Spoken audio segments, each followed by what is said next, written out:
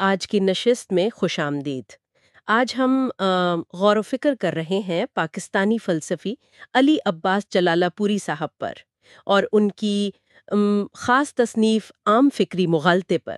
جی ہمارے پاس جو مواد ہے وہ بنیادی طور پر کیا کہتے ہیں اسی کتاب اور مصنف کے بارے میں کچھ اہم سوالات پر مشتمل ہے۔ صحیح۔ تو آج ہماری یہ کھوج، یہ گفتگو انہی سوالات کی اہمیت کو سمجھنے کی ایک کوشش ہے اور ان کی روشنی میں جلالہ پوری صاحب کی شخصیت، ان کی کتاب کی ممکنہ انفرادیت، اسے پڑھنے کی ضرورت اور یہ کہ انہیں شہرت کم کیوں ملی، ان وجوہات پر بات کریں گے۔ جی بالکل۔ یہ بات دلچسپ نہیں کہ ہم آج ایک ایسے مفکر پر بات کر رہے ہیں جن کا موضوع ہی سوچ کے ان دھوکوں کو بے نقاب کرنا تھا؟ آئیے دیکھتے ہیں کہ اس کھوج میں ہمیں کیا ملتا ہے۔ یقیناً علی عباس جلالہ پوری کا نام پاکستانی دانشورانہ روایت میں اہم ہے، بھلے ہی جیسا آپ نے کہا عوامی سطح پر انہیں وہ مقام شاید نہ ملا ہو جس کا ان کا کام متقاضی لگتا ہے۔ ان کی کتاب عام فکری مغالطے، اس کا عنوان ہی آپ دیکھیں بذات خود دعوت فکر دیتا ہے۔ تو یہیں سے بات شروع کرتے ہیں۔ علی عباس جلال پوری ایک پاکستانی فلسفی، ان کی یہ کتاب عام فکری مغالطے۔ اچھا، اس عنوان میں کیا خاص بات پوشیدہ ہے؟ یہ سوچ کے کن پہلوؤں کو نشانہ بناتی ہوگی؟ جی، جیسا کہ ہمارے ماخذ میں پہلا سوال بھی یہی ہے کہ اس کی انفرادیت کیا ہے؟ دیکھیے، عنوان کے دو حصے ہیں نا، عام فکری اور مغالطے۔ جی ہاں۔ مغالطے تو ہوئے وہ کیا کہتے ہیں فکری پھندے، غلط فہمیاں یا سوچ کی وہ کوجیاں جہاں منطق کا دامن چھوٹ جاتا ہے۔ اچھا۔ اور عام فکری، اس سے مراد یہ ہے کہ یہ وہ غلطیاں ہیں جو ہم اپنی روزمرہ کی سوچ بچار میں اکثر کر گزرتے ہیں۔ اوہ، یعنی روزمرہ کی؟ جی، یہ کوئی بہت پیچیدہ، خالص علمی یا آپ کہیں فلسفیانہ بحث نہیں لگتی، بلکہ اس کا تعلق عام انسان کے سوچنے کے انداز سے ہے۔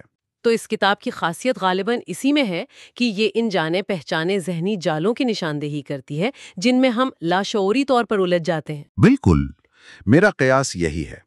یہ کتاب غالباً منطقی مغالطوں یعنی لاجیکل فالیسیز اور ہمارے ذاتی تعصبات، بائسز جو ہماری سوچ پر اثر انداز ہوتے ہیں ان پر بات کرتی ہوگی، اور وہ عوامل جو ہمیں حقیقت کو ٹھیک طرح سے سمجھنے میں رکاوٹ بنتے ہیں۔ تو گویا یہ صرف فلسفیانہ موش گافی نہیں بلکہ روزمرہ زندگی میں سوچ کو سدھارنے کا، اسے زیادہ شفاف بنانے کا ایک عملی ذریعہ ہے، ایک طرح سے ذہنی نظم و ضبط کی مشق۔ اندازہ تو یہی کہتا ہے۔ لگتا ہے کہ اس کا بنیادی مقصد قاری کو زیادہ واضح، مدلل اور تنقیدی انداز میں سوچنے کی تربیت دینا ہے۔ صحیح۔ یہ سمجھانا کہ کون سی دلیل کمزور ہے، کہاں جذبات عقل پر حاوی ہو رہے ہیں، کہاں ہم سنی سنائی باتوں کو بغیر تحقیق کے سچ مان رہے ہیں۔ اچھا نکتہ ہے۔ یہ قاری کو اپنی سوچ کے عمل پر خود نگاہ ڈالنے کی دعوت دیتی ہے۔ شاید جلال پوری صاحب کا انداز بیاں وہ غالب والی بات ہے نا۔ کون سی؟ ہیں اور بھی دنیا میں سخنور بہت اچھے، کہتے ہیں کہ غالب کا ہے انداز بیاں۔ واہ! تو شاید ان کا انداز یہی تھا کہ فلسفے جیسے سنجیدہ موضوع کو روزمرہ کی ذہنی الجھنوں کو سلجھانے کے لیے استعمال کیا جائے۔ اگر ایسا ہے تو پھر یہ سوال کہ اسے کیوں پڑھنا چاہیے، اس کا جواب تو خود بخود واضح ہو جاتا ہے، نہیں؟ جی بالکل۔ یعنی اپنی سوچ کی غلطیوں کو پہچاننے کے لیے، اپنے فیصلوں کو زیادہ عقلی بنیاد فراہم کرنے کے لیے اور شاید دوسروں کی باتوں کو بھی بہتر طور پر پرکھنے کے لیے۔ بالکل درست فرمایا آپ نے۔ آج کے دور میں تو اس کی اہمیت اور بھی بڑھ گئی ہے۔ وہ کیسے؟ دیکھیں نا، معلومات کا ایک طوفان ہے جس میں ہم گھرے ہوئے ہیں۔ سوشل میڈیا، خبریں، اشتہارات، ہر طرف سے دعوے اور دلائل کی بمباری ہے۔ یہ تو ہے۔ ایسے میں یہ صلاحیت کہ کیا بات وزن رکھتی ہے اور کیا محض لفاظی ہے، کون سی دلیل منطقی ہے اور کون سی گمراہ کن، یہ ایک بنیادی ضرورت بن چکی ہے۔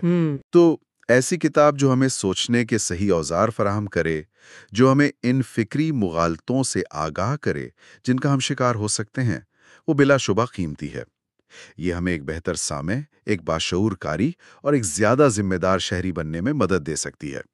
یہ تو ہوئی کتاب کی اہمیت اور اس کے ممکنہ موضوعات کی بات۔ اب ذرا مصنف کی شخصیت کی طرف آتے ہیں۔ ہمارے ماخذ میں ایک بہت گہرا سوال موجود ہے۔ جی؟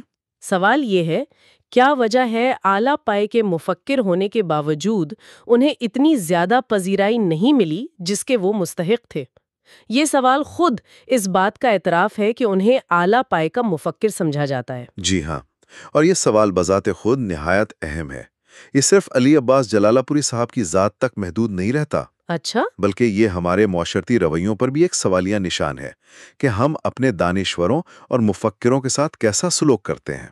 آخر ایسا کیوں ہوتا ہے کہ گہرائی اور سنجیدگی سے کام کرنے والے اکثر نظر انداز ہو جاتے ہیں، جبکہ سطحی اور مقبول عام چیزوں کو زیادہ پذیرائی ملتی ہے؟ یہ ایک پرانا اور کیا کہیں تلخ سوال ہے۔ کیا ہمارے ماخوذ میں اس کی کوئی ممکنہ وجہ بیان کی گئی ہے؟ کوئی اشارہ؟ نہیں، ماخوذ صرف یہ سوال اٹھاتا ہے، اس کا جواب نہیں دیتا، اور شاید یہی اس سوال کی اہمیت ہے۔ یہ ہمیں غور کرنے پر مجبور کرتا ہے۔ تو کیا وجوہات ہو سکتی ہیں آپ کے خیال میں؟ اندازے لگائے جا سکتے ہیں۔ کیا وجہ ان کے موضوعات کی خشکی تھی، یا ان کا انداز تحریر زیادہ علمی اور کم عوامی تھا؟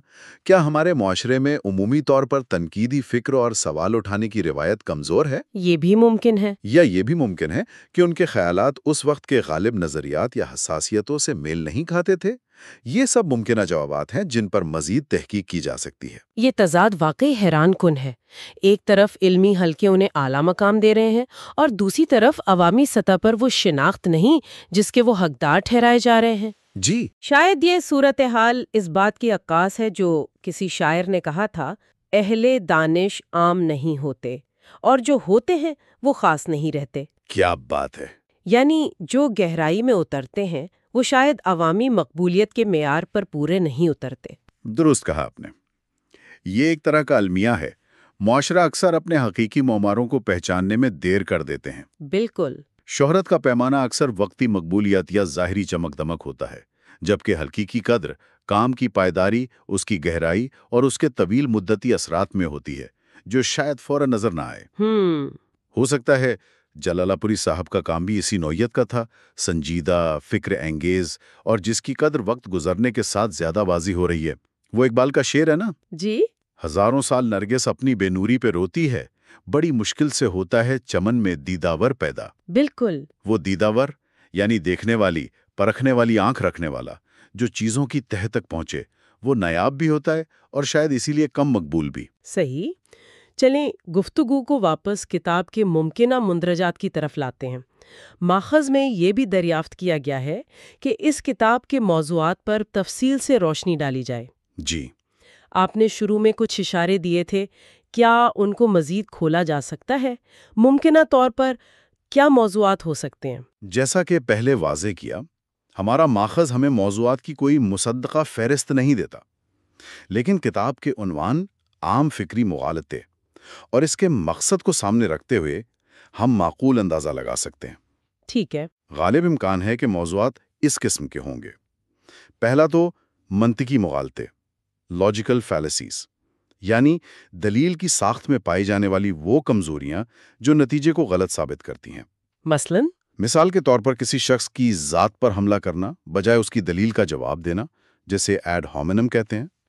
ہاں۔ یا پھر کسی کی دلیل کو کمزور شکل میں پیش کر کے رد کرنا، اسٹرا مین۔ یا صرف دو ہی راستے دکھانا جبکہ مزید امکانات موجود ہوں، فالس ڈائیکوٹمی وغیرہ۔ سمجھا۔ دوسرا، علمی یا ذہنی تعصبات، کوگنیٹیو بائسز۔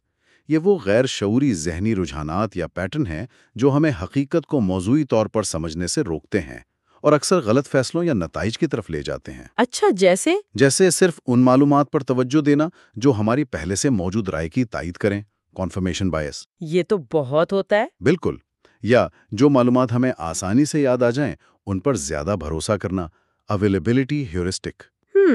تیسرا، شاید پروپیگنڈا اور گمراہ کن ابلاغ کی تکنیکیں، یعنی زبان اور دلائل کو کس طرح توڑ مروڑ کر لوگوں کی سوچ پر اثر انداز ہوا جاتا ہے، خاص طور پر سیاسی یا اشتہاری مقاصد کے لیے۔ یہ بھی اہم ہے۔ اور چوتھا، عین ممکن ہے کہ جلالہ پوری صاحب نے ان عام تصورات اور روایات پر بھی تنقیدی نگاہ ڈالی ہو جو معاشرے میں نسل در نسل چلتی آ رہی ہیں، لیکن جن کی عقلی یا منطقی بنیاد کمزور ہو۔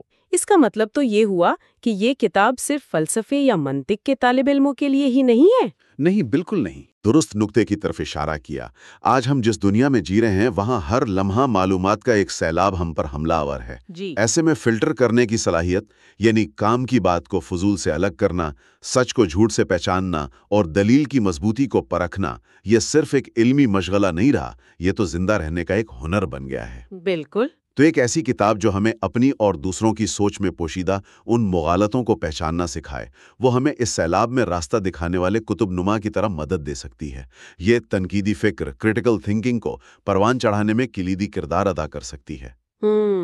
وہ میر تقی میر کا شعر ہے نا، شاید ایسے ہی ذہنی الجھاؤ کے بارے میں کہا ہو، مت سہل ہمیں جانو، پھرتا ہے فلک برسوں، تب خاک کے پردے سے انسان نکلتے ہیں۔ واہ، کیا خوب کہا! یعنی صحیح معنوں میں سوچنے سمجھنے والا انسان بننا ایک مشکل اور مستقل عمل ہے۔ بالکل۔ اور کتاب کی انفرادیت جس کا ذکر شروع میں آیا تھا، وہ پھر یہی ٹھہری کہ یہ ایک مشکل سمجھے جانے والے موضوع کو عام فکری سطح پر لے آئی۔ میرے خیال میں یہی اس کی سب سے بڑی خوبی ہو سکتی ہے، یعنی فلسفیانہ اور منطقی مباحث کو خشک علمی زبان سے نکال کر قابل فہم انداز میں پیش کرنا، ممکنہ طور پر روزمرہ کی مثالوں کے ساتھ۔ صحیح۔ اس کا مقصد غالباً یہ تھا کہ عقلیت پسندی اور تنقیدی سوچ صرف دانشوروں کی میراث نہ رہے، بلکہ عام آدمی بھی اسے اپنی زندگی کا حصہ بنا سکے۔ گویا یہ ذہن کے لیے ایک عملی رہنما کتاب، ایک پریکٹیکل گائیڈ بک کا کام دے سکتی ہے۔ بہت خوب۔ تو اگر ہم آج کی اس کھوج کے اہم نکات کو سمیٹیں، ہم نے پاکستانی مفکر علی عباس جلال پوری اور ان کی کتاب عام فکری مغالطے پر بات کی۔ جی۔ ہم نے یہ سمجھنے کی کوشش کی کہ یہ کتاب غالباً ان عام ذہنی غلطیوں اور فکری پھندوں کی نشاندہی کرتی ہے جن میں ہم اکثر انجانے میں پھنس جاتے ہیں۔ بالکل۔ اس کی اہمیت آج کے معلومات سے بھرے دور میں تنقیدی سوچ کی ضرورت کے پیش نظر اور بھی بڑھ جاتی ہے۔ یقیناً۔ ہم نے اس دلچسپ تضاد پر بھی غور کیا کہ ایک اعلیٰ پائے کا مفکر ہونے کے باوجود جلالہ پوری صاحب کو وہ عوامی پذیرائی کیوں نہ مل سکی جس کے وہ مستحق سمجھے جاتے ہیں، حالانکہ اس کا کوئی قطعی جواب ہمارے ماخذ میں نہیں تھا۔ جی، یہ سوال باقی ہے۔ یہ ساری گفتگو ان لوگوں کے لیے یقیناً کارآمد ہے جو گہرائی میں جا کر سمجھنا اور اپنی سوچ کو بہتر بنانا چاہتے ہیں۔ بالکل۔ اور اس ساری گفتگو سے ایک بنیادی سوال یہ بھی ابھرتا ہے کہ کسی مفکر یا دانشور کی قدر و قیمت کا اصل پیمانہ کیا ہے؟ کیا یہ محض عوامی شہرت و مقبولیت ہے، یا ان کے کام کی فکری گہرائی، خیالات کی اصلیت اور معاشرے پر پڑنے والے ممکنہ مثبت اثرات زیادہ اہمیت رکھتے ہیں؟ تو حاصل کلام کیا ہوا؟ شاید یہ کہ ہمیں ان لوگوں کو بھی ڈھونڈنا اور پڑھنا چاہیے جو شہرت کی روشنیوں سے ذرا اوجھل رہ گئے۔ جی، کیونکہ اکثر قیمتی موتی گمنامی کی سیپیوں میں ہی ملتے ہیں۔ جیسا کہ کہا گیا ہے، شور کرتا ہے بہت پر ہے سمندر خاموش، گوہر نایاب ہے ملتے نہیں بازاروں میں۔ کیا خوب شعر ہے! یہ واقعی ایک قابل غور نکتہ ہے، اور ایک حتمی سوال جو شاید ہمارے سننے والوں کو مزید سوچ و بچار کی دعوت دے۔ جی؟ آج کے اس تیز رفتار معلومات سے لبریز دور میں یہ عام فکری مغالطے، چاہے وہ منطقی ہوں یا ہمارے تعصبات پر مبنی، یہ ہماری انفرادی زندگیوں، ہمارے سماجی تعلقات اور یہاں تک کہ ہماری اجتماعی سمت پر کس حد تک اور کس طرح اثر انداز ہو رہے ہیں؟ بہت گہرا سوال ہے۔ اور کیا ہم ان مغالطوں کو پہچاننے اور ان کے اثر سے خود کو بچانے کے لیے ذہنی طور پر تیار ہیں؟ یہ سوچنے کی بات ہے۔